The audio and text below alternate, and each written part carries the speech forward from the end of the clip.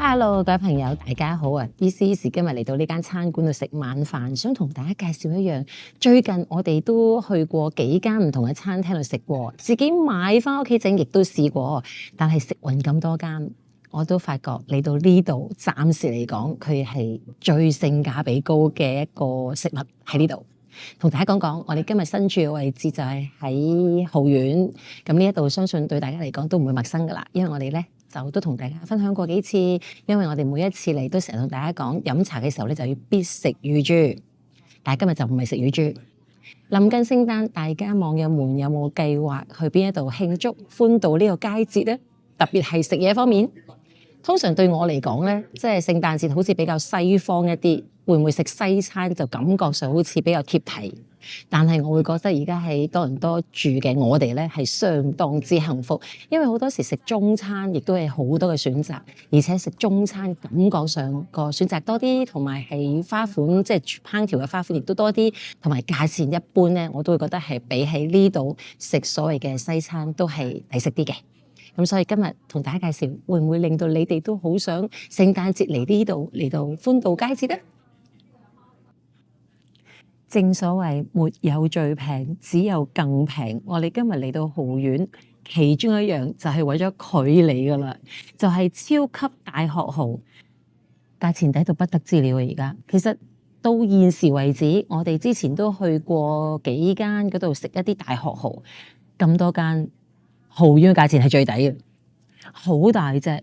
佢本身個殼蠔大家都見得到嗰個 size 有幾大啦，咁佢蒸熟咗之後咧，都唔話即係收縮得好緊要，依然係脹卜卜好飽滿啊！咁我哋就揀咗係兩隻蒜蓉粉絲，有兩隻就係蒜蓉豆豉，都係嗰句啦，貪佢夠野味，同埋我哋可以撈埋佢，咁就可以食到唔同嘅味道。我喺呢度落啦，好嘛？啊，即係都係指定動作，要揾個筷子比對一下先。即係之前我喺另外一間餐館度食嘅時候，我就話：哇，食隻蟹咁喎，都一樣。大家睇到啦，筷子比對。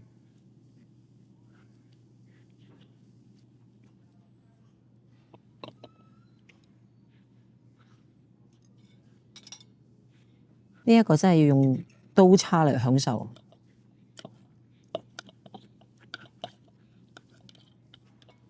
都好容易出咗嚟。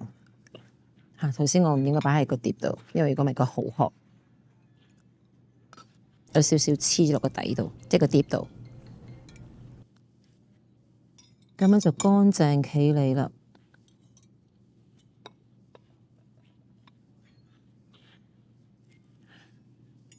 幾脹身幾飽滿，大家睇睇嗰個呢個位。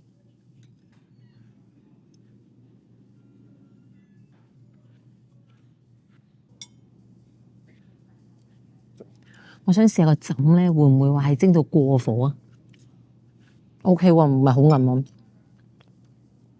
同埋我頭先食咗個枕咧，係冇腥味，同頭先俾大家睇一樣，好飽滿，好脹身，咬落去又係一啲腥味都冇。個生蠔其實唔需要點樣形容噶啦，兩個字新鮮。同埋食落去頭先所講咧，個枕咧係唔會話好硬，唔會話覺得佢蒸過火，係腍嘅啱啱好。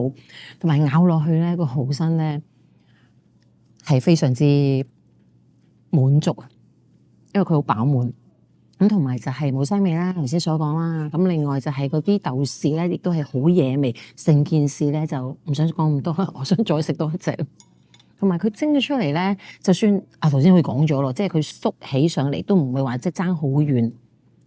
試完個豆豉之後咧，而家要試個蒜蓉，都係嗰句啦。其實唔需要講咁多，亦都唔想講咁多。唔知頭先有冇同大家講個價錢咧？好抵食啊！而家喺豪苑係$5.9一隻超級大生蠔。同埋頭先我都問咗經理啦，通常呢啲海鮮會唔會話係限量供應啊？會唔會嗰個即係嗰個供應時間好短啊？咁經理就話暫時咧都有大量嘅貨源供應，咁所以網友們如果喜歡食殼蠔的話，就真係要快啲嚟豪苑啦。現時為止，佢個價錢真係最抵嘅。咁前嗰2日我哋自己都去咗某一間超市 T&T 嗰度買呢個殼蠔。個價錢同蠔丸真係差唔多，但係買完翻去自己又真係搞到一身汗咁樣，又要開啊！特別係咁大隻蠔要開咧，都係如果冇架撐，即係如果冇啲特別嘅工具，咁用個蠔刀咧，都要搞好耐㗎。咁所以你都要食啦，599好抵。講咁耐，我都係食咗先。嗱，埋呢啲都係好醬身，俾大家睇下。我啱啱撩起咗，都係好醬身啊！睇下幾靚，一啖咬落去真係好滿足，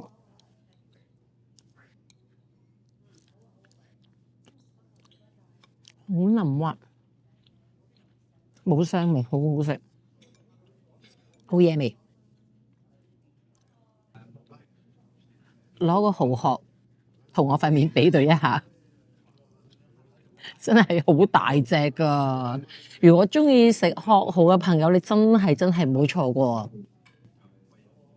同埋仲有頭先我咪話前嗰2日我哋喺 T&T 度買呢個殼蠔嘅，佢都係咁大隻，一隻係要3個9毫9。如果湯買嘅話咧，就要4個9毫9。但係你嘅蠔丸又唔使做到一身汗，都係講緊5個9毫9，人哋蒸埋俾我哋食喎。如果係中意食嘅，就快啲嚟啊！幾大隻？呢個係咩菜式咧？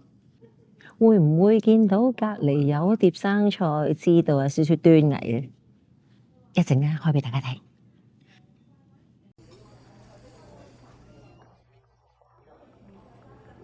御寒枝竹羊腩煲，當我打開咗個蓋之後，發現啊，師傅佢排呢個羊腩真係排得好靚，咁整齊嘅。咁通常喺我嘅認知當中都係又未必話係炒到好暖，但係就唔會係咁樣咁整齊咁樣切到一件一件擺喺上高咁樣出菜法，所以未食對佢個印象都係非常之良好。同埋仲有一樣嘢，頭先我發現咧，啲菜咧都係改到一棵一棵㗎。通常嗰啲生菜咧，都會係一塊咁樣搭落去嘅喎，幾有心思。喺我未夾之前，想俾大家睇下，除咗我哋一見到嘅羊腩枝竹之外，仲有啲乜嘢？有冬菇。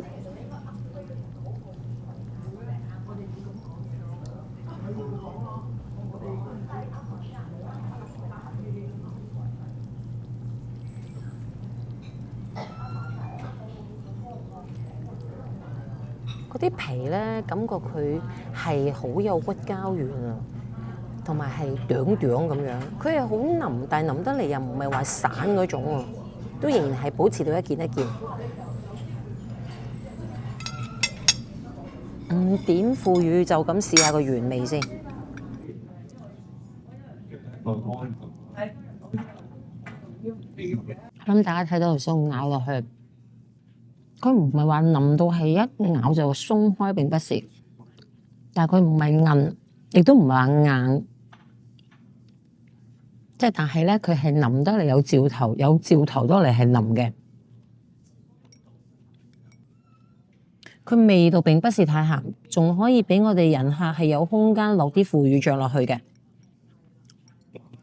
好味。佢好味在咧，佢係頭先所講，佢唔係太過搶、太過霸道嘅味道。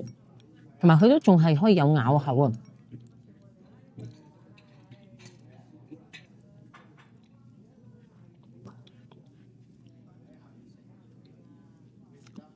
對於我嘅標準咧，其實佢可以再腍啲都得。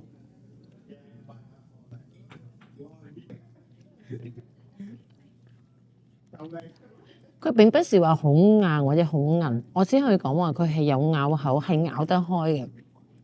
好似而家咁，我喺個口裏邊咀嚼啦，都會感覺到個皮係有個膠質都幾重重。咁同埋頭先我哋喺度傾啦，一般如果你食羊腩煲，通常都係帶骨羊腩，但係而家呢個羊腩咧係好似人哋成幅嗰啲豬腩肉，但係佢而家係一個羊腩咁解啫。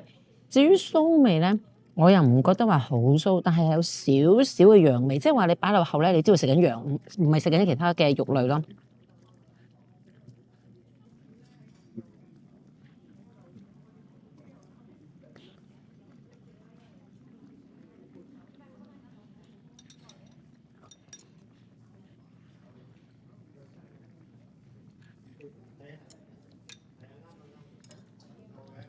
頭先我食咗2件，覺得而家個嘴咧都係黏黏咁。點咗腐乳醬，個味道會係點樣咧？你好，個腐乳啊係比較鹹啲嘅，咁所以帶起咧成件事咧係惹味。所以如果大家係唔中意食咁鹹的話咧，其實就咁食嗰個羊腩煲喺佢本身嘅味道咧，都已經係好夠味。同埋頭先咪講話係通常我哋食會係有骨嘅羊腩嘅，咁但係呢個食法咧就不一樣。呢個咧係啖啖肉啊，啱晒大人同埋小朋友、長者，咁即係所有人都啱食咯。食下食下，繼續同大家分享呢個羊腩煲仲有啲咩？仲有筍啊！我都中意食呢一類型嘅配菜嘅，即係唔係淨係單止係食羊腩咁簡單。同埋我頭先咧都鏡頭外咧，我同阿攝影師老公仔喺度傾啦。到底我哋印象當中喺多倫多有冇食過羊腩煲係呢一種咁一覆過嘅腩係冇骨嘅咧？咁通常咧，如果我哋食羊腩咧，通常都係大骨。但係如果你話食呢一類型嘅腩的話，就會係有個好處就係啖啖肉。同埋如果一班朋友食嘅話咧，就起碼都知道個個都有肉嘅羊腩食咯。因為如果你話一大煲又有骨有剩嘅話，可能有啲朋友都未必會食到咁多嘅肉，都未定。咁如果我個人咧，我就比較喜歡大骨羊腩，即係個人嘅喜好不一樣。同埋頭先我哋食咗幾件嗰個膜都係比較韌少少，但有幾件就係 OK 嘅，即係食到現時為止，好似呢個咁都係腍嘅。咁所以大家就悉隨尊便，睇下大家中意嘅羊腩煲係點樣樣啦。除咗講好食之外，咁啊梗係講價錢啦。而家唔係同大家講話豪苑呢一個羊腩煲賣幾多錢，而係我哋就好奇，因為通常你一覆過咁齊整嘅腩位，會唔會喺一隻羊個身上比較難揾少少？唔係冇，而係比較矜貴。咁所以會唔會佢來貨價都會比起大骨嘅羊腩係貴啲呢？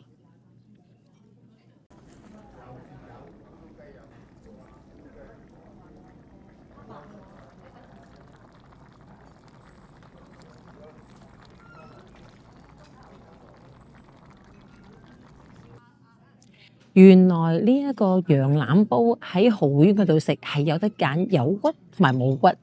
今晚我攝影師老公係特登係揀咗個冇骨俾我，咁希望咧我哋就係食起上嚟咧啖啖肉。只不過原來我唔識欣賞咁解啫。佢有皮有骨嘅羊腩煲咧係賣58蚊，原來係冇骨而有皮嘅羊腩煲係賣貴啲嘅，加20蚊。所以悉隨尊便啦。不過咁講，冇骨的話，食起上嚟啖啖肉有真嘅，同埋咁我都會明白我攝影師老公嘅一番心機同埋佢嘅心思。每次嚟豪苑飲茶就係食必食乳豬，除咗話點心之外，咁至於嚟豪苑晚飯，我哋會必食啲咩呢？睇下我哋餐台上高就會知㗎啦。就係琵琶鴨啊！咁其實之前我哋都有嚟呢度食飯嘅時候，同大家分享過、拍攝過。咁相信大家如果有睇開我哋短片，都會知道。如果冇睇嘅話咧，歡迎你哋翻睇翻之前，我哋喺豪苑食晚飯。如果我冇記錯，影過2次食晚飯，都係有琵琶鴨嘅出現嘅。今日亦都唔例外。頭先咧，當阿經理哥哥擺低嘅時候咧，嗰種味道咧真係好香。同埋豪苑咧，佢除咗話係海鮮出色之外咧，仲有燒臘都係一流嘅。除咗話係佢嗰個乳豬、琵琶鴨、叉燒我都試過。不如我哋開始啦，好嘛？琵琶鴨好食在嘅地方係咩咧？好食在佢係比起燒鴨唔會話巢皮，因為燒鴨通常咧，如果譬如話唔係新鮮出爐嗰啲咧，都好容易巢皮嘅。同埋琵琶鴨，無論燒鴨又好，琵琶鴨都好，嗰個鴨背係最好食嘅，因為聚晒嗰啲嘅調味汁醬啊喺嗰度。咁所以而家咧，我都係想夾一嚿鴨背先。如果中意得翻2杯嘅朋友，又或者中意選骨嘅朋友，真係唔可以錯過呢個鴨背。大家睇下呢個色水點解會咁黑咧？就正如頭先我所講，嗰啲調味汁醬係聚晒嗰個位置，咁所以燒起上嚟係特別香口啊。同埋通常鴨背個肉咧薄薄地，唔會話太厚，咁所以愛嚟送酒啊，真係一流啊！再俾大家睇下嗰個皮先，感覺上都係脆卜卜，唔點醬就咁食。同埋大家欣賞一下咧，佢真係唔巢皮嘅，好香。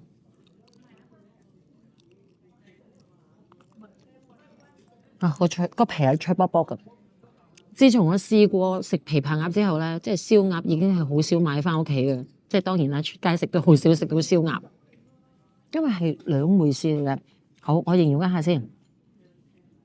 呢家我食緊個琵琶鴨咧，個鴨肉係唔鹹，即係唔鹹嘅意思，唔係冇味，而係唔會一味好似啲燒鴨咁死鹹，冇，完全冇呢回事，係有味道。咁當然嗰個鴨皮係脆卜卜。我想食埋嗰個鴨骨啊，即係嗰個鴨背個位置咧，聚晒嗰啲調味。即使話佢聚晒喎，但係咧，凡事嘅嘢都係比較嘅啫。比較個鴨肉佢係鹹好多，因為個鴨肉係冇乜味，對唔住，即係冇乜話好鹹嘅味道。但係個鴨骨咧的而且確係比較鹹啲嘅。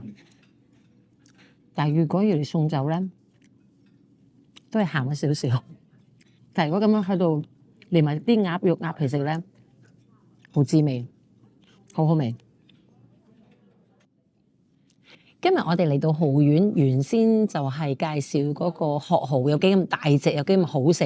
咁今日咧都有介紹。咁另外咧，同一個時間想同大家講下，因為頭先開始都講啦，就嚟係近聖誕節，咁會唔會大家都會考慮嚟蠔苑慶祝聖誕？咁啊菜式方面會唔會有啲咩比較特色啲嘅咧？咁我哋自己本身咧就係比較中意食唐餐、食中餐多啲嘅。咁所以火雞咧對我哋嚟講就冇乜興趣，咁所以咧原先就諗下，唔知道佢哋會唔會呢度有啲糯米釀雞翼嗱？坦白講，如果話糯米釀雞咧，咁可能都要特別去做或者預訂，咁啊諗住會唔會係有啲輕鬆啲糯米釀雞翼可以叫到咧？啊，原來咧都係手工菜，都係要預訂嘅，咁所以唔好意思啦，今日就冇得同大家介紹啦。如果網友們，你哋下次咧係嚟蠔苑食，無論係糯米釀雞翼也好，或者糯米釀雞都好啦，咁希望你哋留言喺我哋呢條短片裏邊，睇下話俾我聽好唔好食。我覺得 OK 嘅，因為根據翻佢哋嘅菜式，我都覺得係有信心嘅。好啦，講咁多之餘，咁冇糯米釀雞翼有咩取而代之啊？就係其中一樣我哋好中意食嘅嘢嚟咗餐台度，炸蟹鉗。點解我哋講咁多嘢？我就覺得，因為如果無端端話，食炸蟹鉗就會覺得好奇怪，點解會食炸蟹鉗咧？雖然我哋中意食啫，咁同埋仲有咧，就係之前我哋喺多倫多某一間餐館嗰度飲茶咧，係有炸蟹鉗，都好多年之前啦。咁啊，近年都冇啦。而我哋喺大概1年前定2年之前去 Mississauga 嗰間飲茶咧，嗰間餐館飲茶係有炸蟹鉗，所以而家要揾到佢咧係得嘅，但通常晚飯時間咯。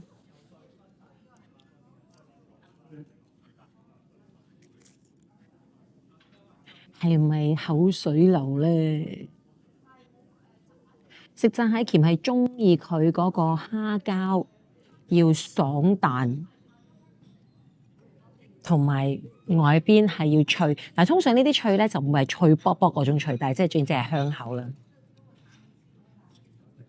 我喺度諗緊好唔好點醋食，不如就咁食咗先，睇下個味道如何先。呢就聽唔聽到？好脆，個麵包糠好脆，同埋係好熱辣辣，好彈。未點醋食咧，我都會覺得佢個味係夠嘅。但係通常呢啲炸點咧，如果點醋食嘅話咧，就會解咗佢嘅油膩咁。喂，但真係好好食喎，好脆啊，好彈牙。今晚我哋喺蠔苑食咗個羊腩煲，咁我亦都見到個餐單都係有羊腩煲，想同大家介紹一下。因為我會覺得裏邊包括咗嘅嘢食咧，都係我哋中意食嘅嘢，聽聽睇啱啱食。其中一個就係脆皮乳豬海蜇，咁頭先所講啦，我哋咧每一次嚟飲茶咧都必食脆皮乳豬咁滯嘅。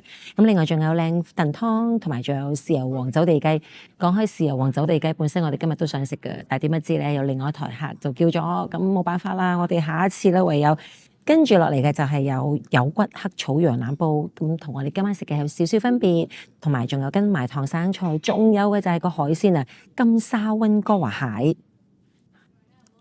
而另外一個係有羊腩煲嘅套餐，包括咗有脆皮乳豬半隻，原條清斑魚片湯，我呢度係講明係呢個湯嚟嘅，就係仲有豉油黃走地雞半隻，招牌無骨黑草羊腩煲，就你今晚食嗰個羊腩煲冇骨嘅，跟翻嘅咧都有唐生菜一碟，同埋仲有我哋都好中意食嘅龍蝦。呢一度嘅做法咧就係千絲萬縷味極龍蝦。喺呢個餐度，其中一樣嘢令我覺得好吸引嘅咧，就係千絲萬縷味嘅龍蝦。眾所周知，大家都知道我哋中意食龍蝦嘅。咁而呢度到底千絲萬縷係點樣煮法咧？咁我就問咗經理啦。咁就係用粉絲加埋美極同埋龍蝦炒埋，咁啊炒得比較乾身。咁所以咧個龍蝦有美極嘅味道之餘咧，個粉絲都係有嘅，就唔使話咁齋。咁聽落都係好惹味。頭先問咗經理，除咗呢度話係有糯米雞之外，蠔丸仲有糯米雞嘅，咁亦都俾我哋多個選擇。如果聖誕節唔想食火雞，都可以考慮呢度食佢嘅糯米雞。不過溫馨提示都係要提早預訂。聖誕期間，蠔丸仍然會做一啲特惠套餐，我哋就喺度諗啦。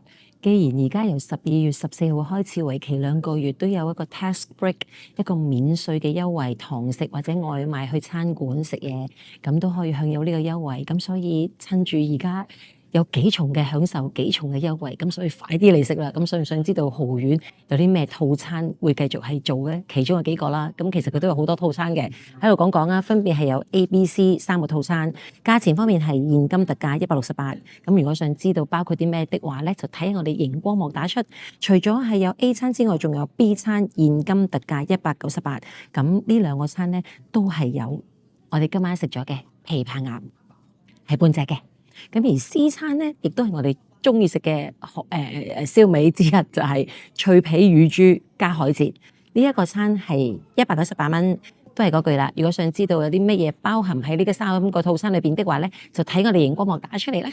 甜品時間，我相信見到呢一個原裝木桶，都估計到裏邊係啲咩嚟嘅。係咁意，故作神秘，打開嚟睇下，燈。冇錯啦，就係豆腐花，睇見個樣都幾滑。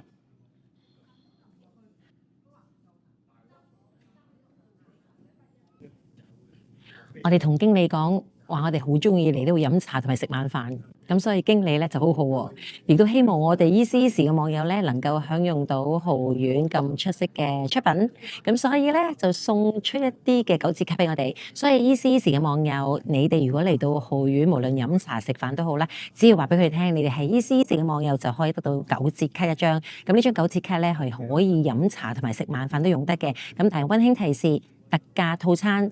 海鮮除外嘅，咁所以咧，如果有任何嘅問題，都歡迎向返服務員查詢，仲有現金9折，係有現金結帳嘅。